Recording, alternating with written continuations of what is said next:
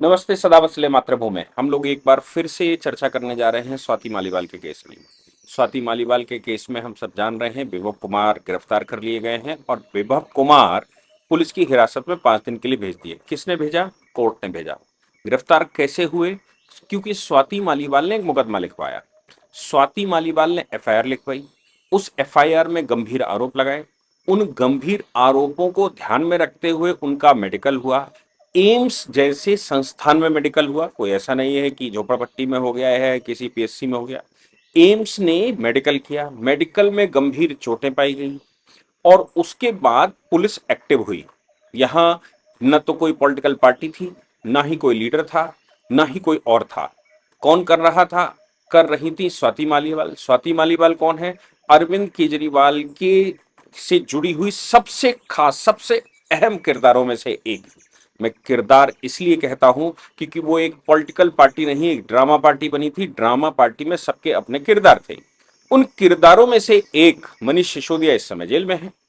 और मनीष सिसोदिया, मजे की बात यह है कि स्वाति मालीवाल ने जिस प्रकार से कल मनीष सिसोदिया को याद किया है, वो अपने आप में बहुत कुछ बोल रहा है। उनका कहना था कि अगर मनीष सिसोदिया बाहर होते, अगर मनीष सिसोदिया अंदर जेल में ना होते, तो उनके साथ इस तरह की घटना होती ही नहीं। स्वाति मालीवाल को इस समय तक इंसाफ अगर कुछ होता तो ऐसी इतनी बुरी दुर्दशा ना होती।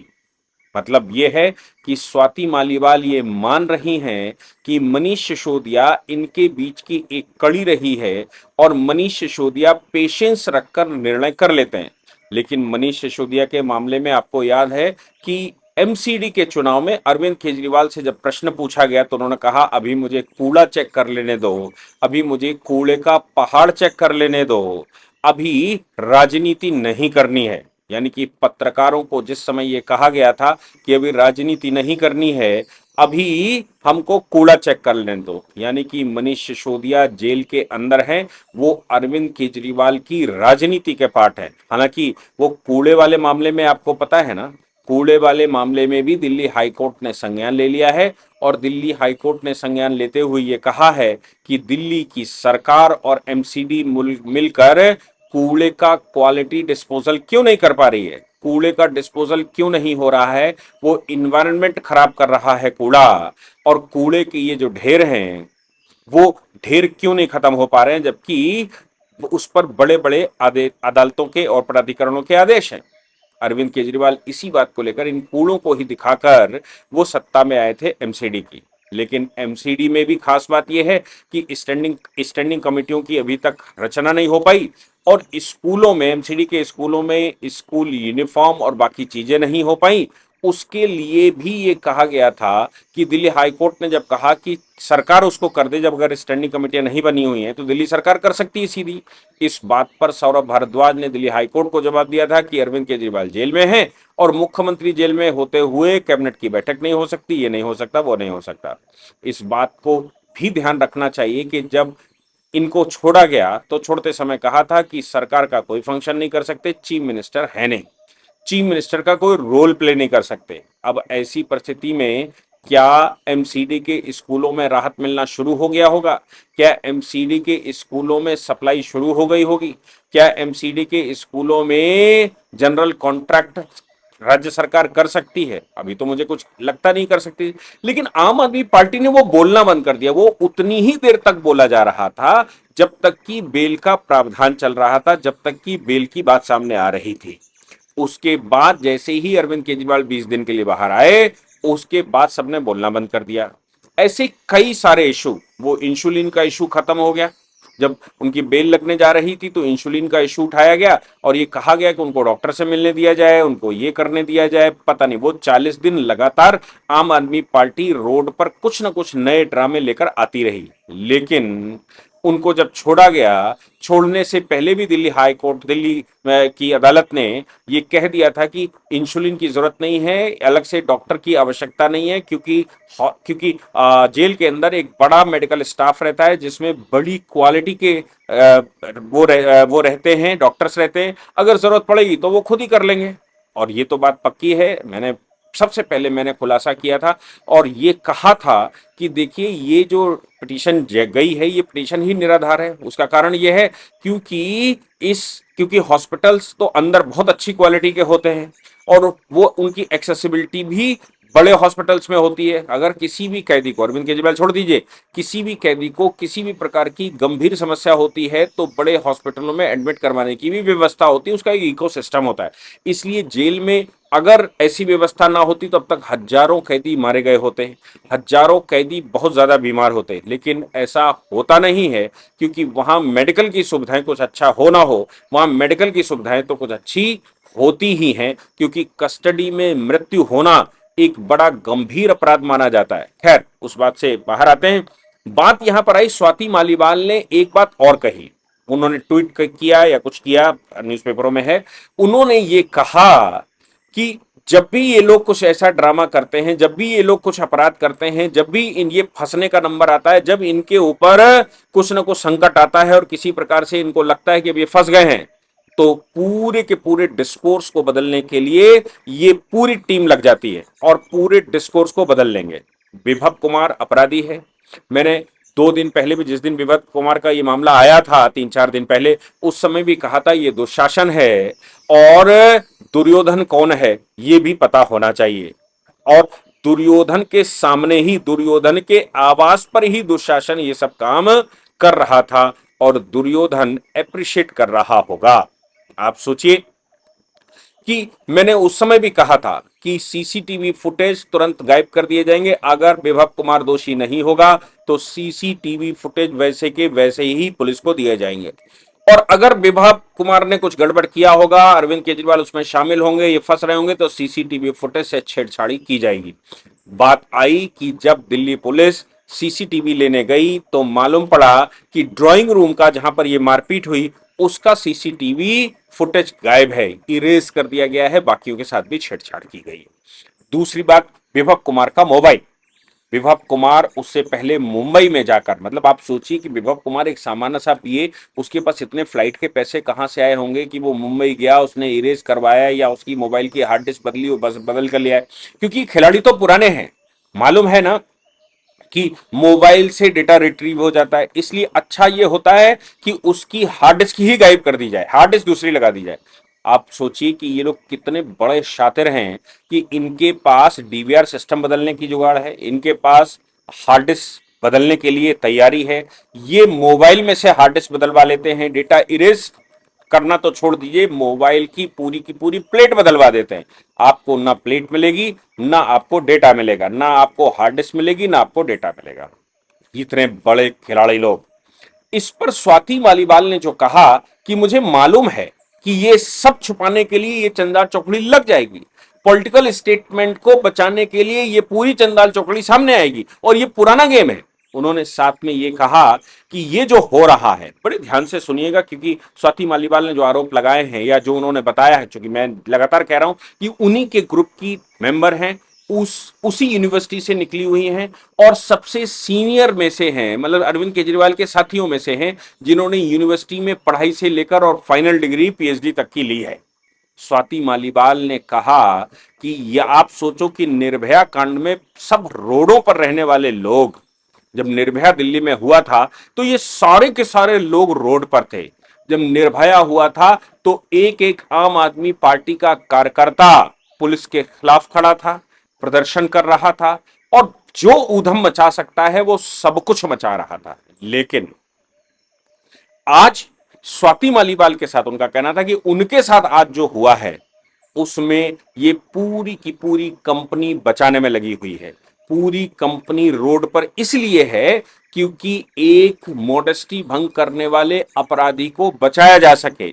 ये वो इशारा कर रही थी जो जो अरविंद केजरीवाल एंड कंपनी ने, अरविंद केजरीवाल ने जो स्टेटमेंट दिया कि सब लोगों को जेल में डाल दिया, विभव को भी जेल में डाल दिया, हमारे उनको जेल में डाल दिया, हमारे इनको जेल में डाल दिया, अब हम बीजेपी कार्यालय पर जाएंगे, बीजेपी कार्यालय पर जाकर उनको कहेंगे कि हम सबको इकट्ठा जेल में डाल दो।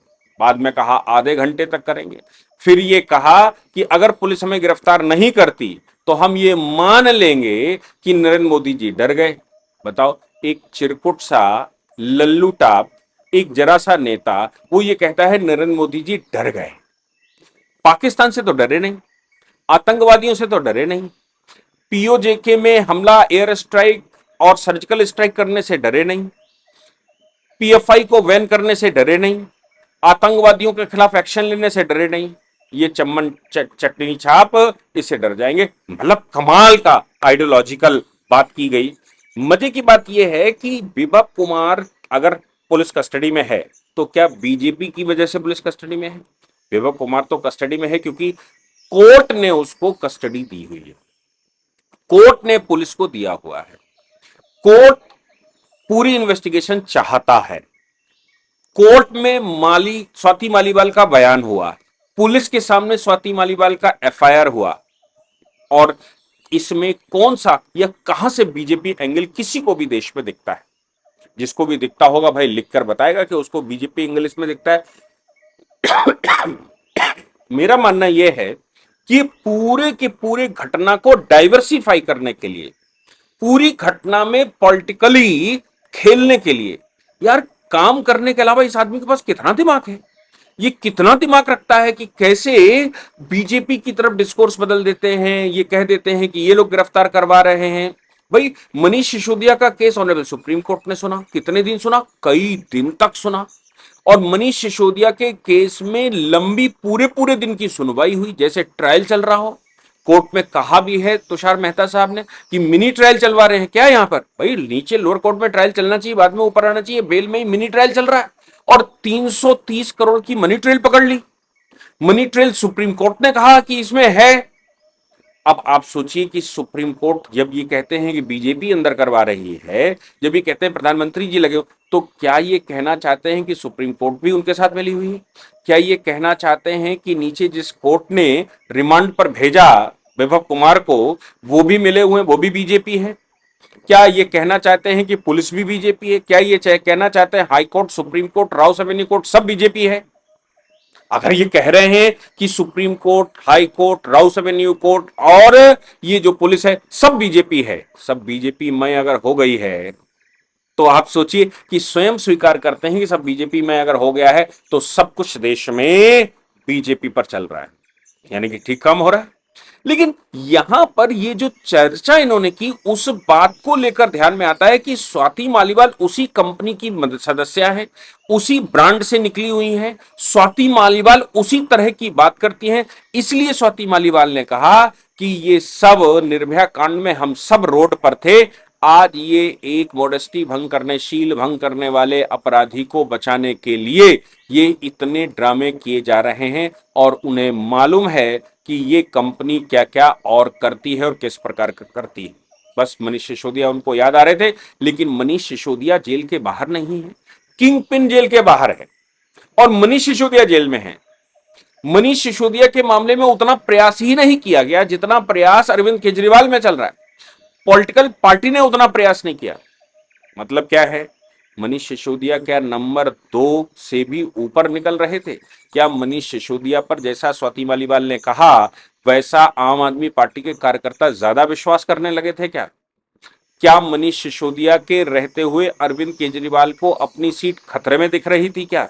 मनीष सिसोदिया के रहते हुए अरविंद केजरीवाल क्या वो नहीं कर पा रहे थे जो वो करना चाहते हैं? जो क्या वो वही मनीष सिसोदिया के साथ करना चाहते थे जो कुमार विश्वास के साथ किया, जो प्रशांत भूषण के साथ किया, जो शाजिया इल्मी के साथ किया, या जो अन्ना हजारे के साथ किया? क्या वैसा ही करना चाहते थे लेकिन नहीं कर पाए, तो ये एक मेथड उनको मिला, इस मेथड से उनको जेल में रखा गया। स्वाति मालीवाल तो कुछ ऐसा ही इशारा कर रही हैं। इसलिए इस पूरे के पूरे घटनाक्रम में ये पार्टी मास्टर तो है, ये तो मानना पड़ेगा, धूर्तता की मास्टर है। लंपट राजा बहुत धूर्त है, और ये लंपट राजा इतना धूर्त है कि कभी प्रधानमंत्री को चौथी पास बताएगा तो कभी कुछ और कहता है, कभी पढ़े लिखे, कभी नहीं पढ़े लिखे, और क्या क्या ड्रामे नहीं करते। अब विभव कुमार जेल चला गया या उसको पुलिस कस्टडी हो गई, इसमें भारतीय जनता पार्टी कहां है कि उसको बचाने के लिए आप सब इकट्ठे होकर भारतीय जनता पार्टी के कार्यालय में पहुंच रहे हैं और कह रहे हैं कि हम सबको गिरफ्तार कर लीजिए? क्या भारतीय जनता पार्टी को गिरफ्तार करने का राइट है? क्या ये कोर्ट और प्रशासनिक सिस्टम को चैलेंज नहीं कर रहे? क्या ये नहीं कह रहे हैं कि गिरफ्तारी है? मैं आपको बता दूं कि पुलिस भी किसी को अरेस्ट करती है या किसी को कस्टडी में लेती है तो 24 घंटे से ज्यादा अपने पास नहीं रख सकती, और 24 घंटे जो वो अपने पास रखती है उसके बाद उसको मैजिस्ट्रेट के सामने उपस्थित करवाना पड़ता है। मैजिस्ट्रेट प्रेमा फेसाई केस को देखने के बाद, दलीलें सुनने के बाद वो उसको जेल में अपने पास रखे, क्योंकि जेल की जो ऑर्डर है निकलने या बाहर जाने का वो कोर्ट देता है, वो पुलिस नहीं देती। पुलिस किसी को भी गिरफ्तार करके सीधा जेल नहीं ले जा सकती, और ना ही जेल में से पुलिस किसी को छुटा सकती है, ना ही सरकार छुटा सकती है, ना ही सरकार अंदर कर सकती है। केवल और केवल न्यायालय जेल की कस्टोडियन होता है। न्यायालय के आदेश से ही अंदर जाएंगे, न्यायालय के आदेश से ही बाहर जाएंगे। केवल राज्य सरकार प्रशासनिक तंत्र के रूप में वहां रहता है जो व्यवस्था देखता है। इसके अतिरिक्त ऑर्डर कोई भी राज्य सरकार या पुलिस नहीं कर सकती। तो क्या अगर ये कहा जाए कि इनको जेल में ले जाया जा रहा है तो फिर जेल में रख रहे हैं, तो क्या ये अदालतों के ऊपर प्रश्न खड़े कर रहे हैं? क्या ये कह रहे हैं कि अदालत भारतीय जनता पार्टी हो गई है? मुझे तो ये समझ में नहीं आता। पढ़ा लिखा आदमी अपने आप को बताता है, क्या वो प्रशासनिक तंत्र को नहीं जानता? क्या वो पूरे तंत्र पर ही भाजपा का ठप्पा लगाना चाहता है? क्या वो पूरे के पूरे तंत्र के अलावा उसके मन में एक बात है कि डाइवर्सिफाई कैसे किया जाए, और बाकी सबको पीछे छोड़ दीजिए, सिर्फ डाइवर्सिफाइड करिए और मामले को डाइवर्सिफाइड करके और उसको हल्का कर दीजिए। इससे क्या स्वाति मालीवाल को न्याय मिलेगा? पुलिस ने कोर्ट के अंदर कहा है कि फोन फॉर्मेट कर दिया गया विभव कुमार का, सीसीटीवी फुटेज ऐसा लग रहा है टेम्पर किए गए, ड्राइंग रूम का फुटेज मिल नहीं रहा है, इसलिए कस्टडी उनको चाहिए। ये बात तो उन्होंने न्यायालय में अपनी एप्लीकेशन में की है। आप सोच लीजिए कि शातिरता का कोई अंत नहीं होता, फिर भी देश के लोग, दिल्ली के लोग कितना विश्वास करेंगे, कब तक विश्वास करेंगे, समझ नहीं आता। जय हिंद, जय भारत, वंदे मातरम।